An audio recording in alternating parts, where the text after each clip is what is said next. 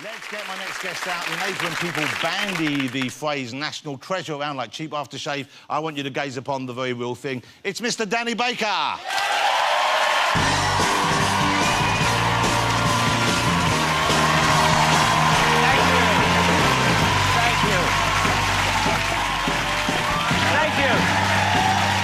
Thank you. See, Thank you. Good evening, everyone. Even though there's only one way to go, I thought you might have got confused in it. No, I worked here for 11 years, this building. Well, you used to do, when this was London Weekend Television. That's right, exactly. Man and boy. Wow. Look, it's great to have you here. You know, well, thank you. The headlines last week, you would have seen it. Danny spectacularly quit his BBC Radio London show, the weekly show, in grand style, with a lengthy tirade against your former employees on air. So what triggered that? What triggered? Well, I've never been very good at authority, and I just think sometimes this job's no different from anyone else's. And so I'm told by a series of weasels, pinheads and dim bulbs that a show that is doing terrific on the network, it's not like it's in decline. You get these shows and some hotshot is coming in to take it over.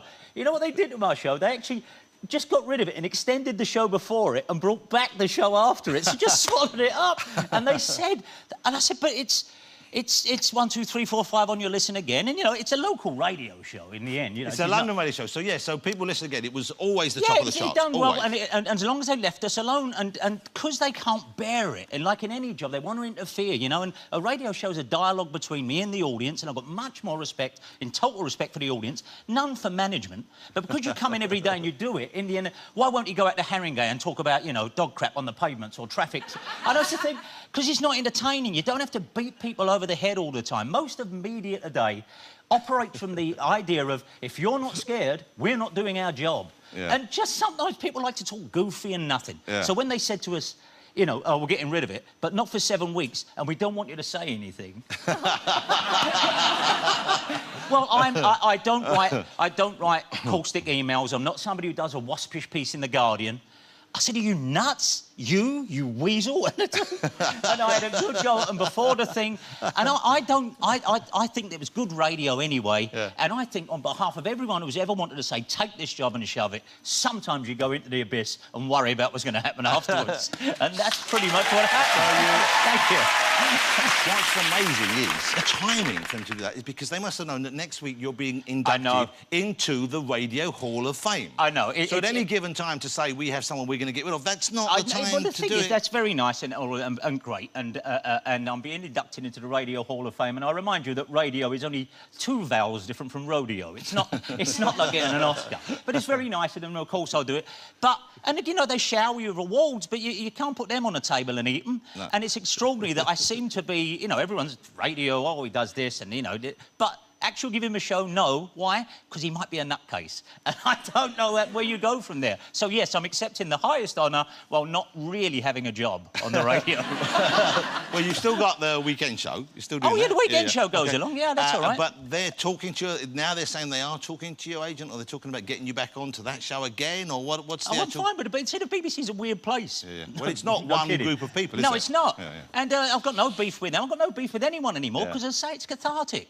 I'll see those other fellas, but in other walks of life, people have stand-up rows. In the media, it becomes columnist fodder, and I was asked, would I write columns about it here or talk about it? No, it was over. I told them directly, and they're just not used to that. Well, you know what's interesting is you are very much, it strikes me, you're kind of very present in the moment always in your life. Yes, would that be a fair thing? I've got no past, no future. You enjoy your life very much. Danny has a book out, and... you know, lots of people bring books out this time of year. This is the one I would wholeheartedly recommend. Well, thank you very much indeed. It's funny, it's made me laugh all the way through so far. But, you know, if there's one character that comes out this as the most memorable, and there's so many memorable, I think it's probably your dad. Yeah, my old man is. Who you call Spud. Everyone called him Spud. He was a docker, wasn't he? Yeah, my old man's a docker called Spud, and, yeah, of course it's a fan letter to him, but he was a very extraordinary bloke, and what we've been talking about with the catharsis in the radio is entirely his way of doing things. Physically starting to look like my old man, but he's extraordinarily funny, and he was always. And when even on TV, when I used to be on telly, I know I might be again soon, and nobody wants that. So I used to walk down the street and people would... And I'd go, hey, that's not you, old man, Spud Boy! And everyone knew me, old man, because, yes, he was a dock organiser, he was a union organiser, he was a very, very, very explosive type. There's a whole thing about my sister brought home one of her first true boyfriends, and he was... it can sound bombastic, but it's not. I think a lot of people's parents are like that, and a lot of the time we hear now, you have to have ogres in your books, you have to have pain cupboards. It wasn't like that. You took notice of your mum and dad, and you always knew if you risked something new, like my sister's boyfriend did, or my brother when he bought a Donovan cap, you had to run it past the old man, and there wasn't a lot of chance of it getting past the old man. So, and forgive me, but he'd come down the stairs like my brother in this Donovan cap. My old man would go, the fucking hell you got on your head? and you... Well, it's Donovan wears one, does he? Well, give it fucking back to him. You ain't going out in there. Now, that kind of... I know it's... our house was full of swearing, and it's not... There's a time and a place. And when my sister's boyfriend knocked at the door, and he said, hello, Sharon there, and he said, who are you? So he said, I'm Colin. I've come to pick Sharon up. The only thing you're picking up, son, is your chin from the pavement as you go now. And he had a repartee and a snappiness about it. And he wasn't a monster. He just was very much of a type you don't really see anymore. But out of all of it, it's a grounding thing, because you can have highfalutin tales about Hollywood, but it's a very grounding thing to have someone in your family like that. And it was a big, big family. But the stories I like best in this, I like all the stories, but the stories about the kids you grew up with, and some of them are funny and sad at the same time. I'll tell one very quickly, and this is a story in the book which is kind of tragic, and it is, but anyone knows it, like, you know, you deal with it at the time in different ways. And a friend... There was a period in about 1968 when mohair trousers were really popular, but we were only 9, 10 and 11. You remember mohair trousers, what a drawback.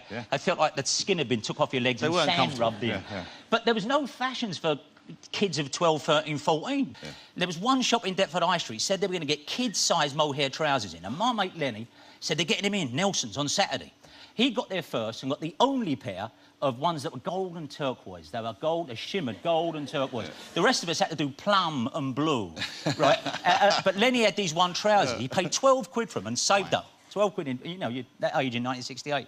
Anyway, he loved his trousers, and he was waiting for the right time to wear them. Cut to one of our other gang, let's call him Barry. Barry was just, as a lot of us did, knocking around this old bunch of houses that were condemned.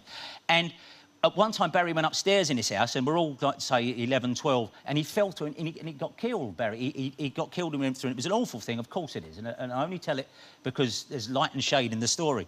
And a week previously, Barry had said to Lenny, I've got a wedding coming up, borrow your trousers, and they were best mates. And he said, oh, no, I don't. He said, go on, borrow, I'll give you £1. So we gave him £1, and he borrowed him his trousers. Now, I'm not going to say when he got tragically killed, he was wearing those trousers. But Lenny went to see him. We all did, you know, you pay your respects, and he was kind of laid out. What do you think he was wearing? They laid him out in. I know, it's bad. So Lenny's walking along. I'm going to stand up if that's all right. So Lenny's walking along, and he's got to the beer, and of course and he's gone, oh, no. Oh, no. Oh, no. And of course they've gone, Lenny, we all feel him. No, and he's turned around to us, he's gone, me strides. And they said, oh, Lenny, we all feel. He's going, no, he can't go down the hole in the strides. He can't go down the hole. Well, Lenny, the poor kid did go down the hole in Lenny's best trousers. I paid 12 quid for them. And afterwards, when anyone said to Lenny, you know, anyone know where we can get mohair trousers? He said, I know where you can get a pair. You don't have a shovel, but... So it's... Yeah, it's a tragic story, but it's true. And the greatest thing I'm going to say about the book is how comes these stories, you know, I don't believe it. Well, it's true. And yes, you can bleed and say, oh, that's awful. Yeah, it is. But it's a pretty good story as well. There's so many memories, because we're a similar age, there's so many memories that I have of this period which you've reminded me of, but in particular, there's something which I never had access to, and you got taken out. You had an older sister and an older brother, and they would go out places, and your sister took you with her boyfriend, the guy we mentioned, I think, in the White Crimsons, to go and see, when you were just a young boy, still, or a youngish man, to go and see Hair. Yeah, this is the same period, and all anyone ever said about Hair in 1968 was, they take all their clothes off halfway through. That's all anyone knew about it, right? But everyone said, oh, no, it's about breaking down barriers. So I thought, yeah, we're going to see Hair, because it's a great rock musical. And you were how old? I'm 1968, I'm nearly 11. So I'm going with my sister and her boyfriend to see Hair at the Shaftesbury Theatre, and it's got all this thing, oh, they take their clothes off. But I'm thinking, well, I've heard about it, but I think what they do is it'll be brief and the lights will be down. Yeah. Well, we had 3 great seats right on the aisle, and, ladies and gentlemen, they don't turn down the lights. It is not brief. I don't remember what part it is they get their clothes off. I think it might be Let the Sun Shine In, but that seems an odd cue for getting your bum out, doesn't it? But so, let the sun shine in. Now, I'm with my sister, and there it is. There's all these equity-paid hippies just freaking throwing... And I'm with my sister, and I'm, you know, 10, and Sharon's... And she's thinking, oh, no. Oh, no. And so we're looking straight ahead, but thinking, let it be over, let it be over. It wouldn't be over. Then, even worse... Down into the audience come the cast. Let the sun shine in. Let the... They all come along the aisle and stand at the end of the rows. Now, I've got an aisle seat, and I'm 10, and we're looking at this empty stage now. And there's this bloke here, and it's going backwards and forwards and backwards and forwards and backwards and forwards. But, and so Sharon's... And I'm swallowing something hard and jagged. And I'm looking straight, let the sun shine in. And then, ladies and gentlemen, it brushed my ear. It brushed my ear. And I was thinking, oh, no, if this is the new way, you know, give me the Sound of Music, give me South Pacific. But someone give me a flannel. Because... And we got home, and it's never been mentioned again in our house. So, well, why would you? And whoever that fellow was, yeah, talk about member of Equity, bang, it brushed my ear, 1968. But you survived. I'm still a fan of musical theatre, which shows you how broad my back is. The book is great. It's called Danny Baker Going to Sea in a Sieve. It's only the first part of Danny's remarkable and very entertaining life story. But we should just check, you know, your health and stuff. There was the other big story in your life. It was, yes. I had cancer of the head and neck.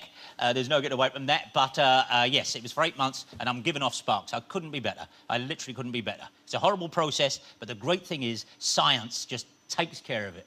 Takes care of it. They tell you what's going to happen. Doesn't always work out that way. It worked out fine for me. And, you know, the people over there at Guy's Hospital also dedicated the book to. Yeah. I'm not one of them who ever wants to sell a book on the back of my illness. But as you've asked, I'm fine. Thank you very much. Thank you. No. Okay. Thank you. Thank you. Just ironic that you got your voice back and they took your show away. Absolutely. They know what they're doing. Yeah, you know, the great thing about it is you are, I said it earlier, you are the unsinkable Danny Baker. I know you'll always be doing radio, and the reason you'll always be doing radio is because you are, I think, perhaps the greatest radio performer we have. Oh, man, I like it. They're so nice here. Mr. Danny Baker, ladies and gentlemen. Well, thank you, everybody. Thank you. That was great. Thank you. Very funny. Wonderful.